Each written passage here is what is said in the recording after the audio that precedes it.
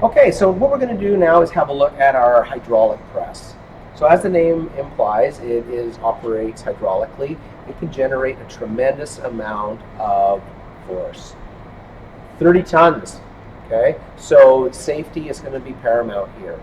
So just looking at some of the controls we have here to operate the press.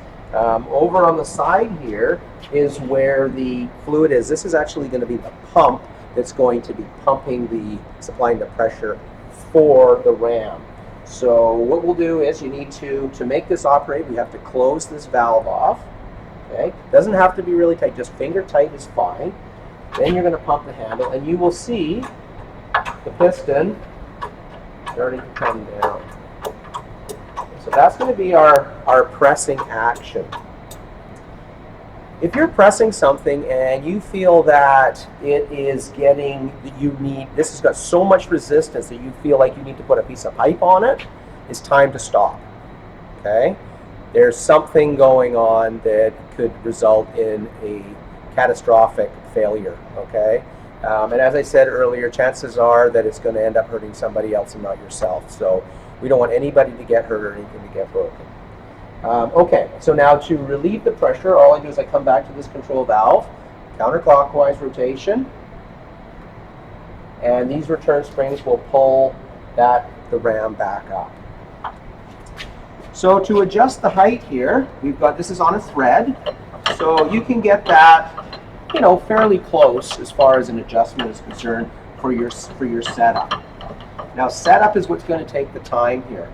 So what I have is this is an input shaft for a manual transmission. It's got a bearing on it. The bearing is pressed onto the shaft. In this groove here, you would see there would be a clip, and the clip would be right down in this groove here. So the clip's been removed, okay, and then the bearing is going to be taken off. So what I'm going to do to remove that bearing is I need to grip the bearing. That could be a challenge. So I have a piece of equipment here called a split plate. So that's what I'm going to use as part of my setup. These come in all different sizes. There's a much smaller one there, and there's ones that are a lot bigger than this.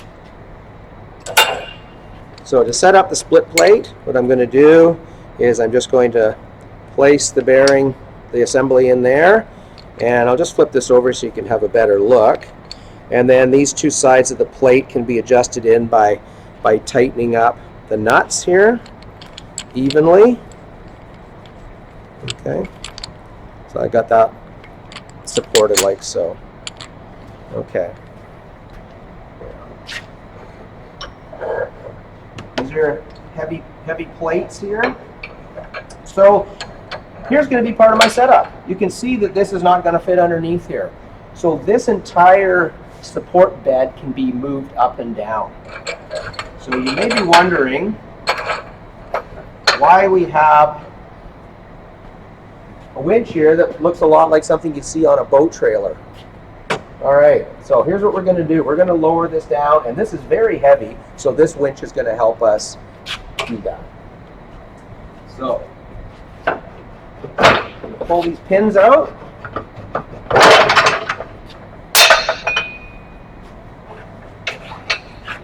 Two pins. Okay, and then I'm going to release the lock here and lower this down. So I'm going to get down over there. Now I'm going to have to go lower and put these back in. Just a little bit.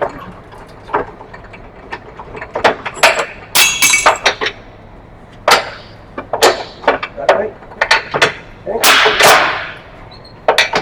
Just let that relax, take the weight off the cables. Okay. Now, something that's really, really important when you're using a split plate is when we install this, okay, it's directional. It's a wrong way and a right way. So when this is sitting in here, the plate has got to be installed with the cast portions supported by these plates. If we were to put it this way, all that force would be applied to the two bolts and bend them. So we don't want that. Okay, so everything's got to be nice and centered. Here, this way, this way. Now, this is when this thread comes in handy. Get this down. Now, there's going to be certain things that you're going to be pressing that this might be a very delicate end on here, so you may need to install, maybe have a small piece of wood or a piece of brass disc or something like that, so that we don't damage this this machined surface on the end. Okay, so now what I'm going to do is I'm going to start pressing that through. Now, this is going through with a relative minimal amount of force. So I can simply just hold on to this and, you know, it's going to just pop through. If this had a tremendous amount of force, I wouldn't want to be standing here doing this. I might want to be completely out of the way. So what you can do in that case is, when the part goes through, I don't want it to fall on the floor. I can put a bucket underneath there.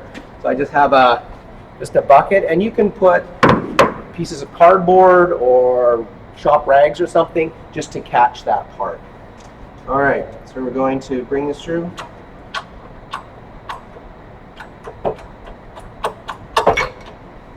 Go through.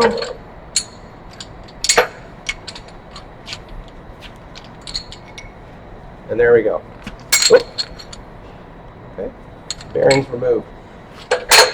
Now, you might be wondering, how do you tell how much force is actually being applied to the shaft and that bearing when we're disassembling it? So over here on this side, we'll just bring the camera around. Close look. There's a gauge right there, and there's a red section. Okay, so about just after 17.5 tons, we're starting to get into the red. It's got 30 tons, okay, but you want to start taking note of what's going on there, because you may have not had the part disassembled correctly. It's also something that's very important when you're taking something apart and putting it together. You need to know before you begin how it comes apart exactly. If this was really dirty and all full of grease and you didn't realize there was a clip in that notch right there, you could be pressing on this and it would never want to come apart and something would break. So you need to know what it is you're working with before you begin. That's very, very important. And of course, you're going to find that on your service information. All right, so that is it. And remember, if you're not sure, you can always just remember, ask one of us, and we'd be happy to help you do the setup on this.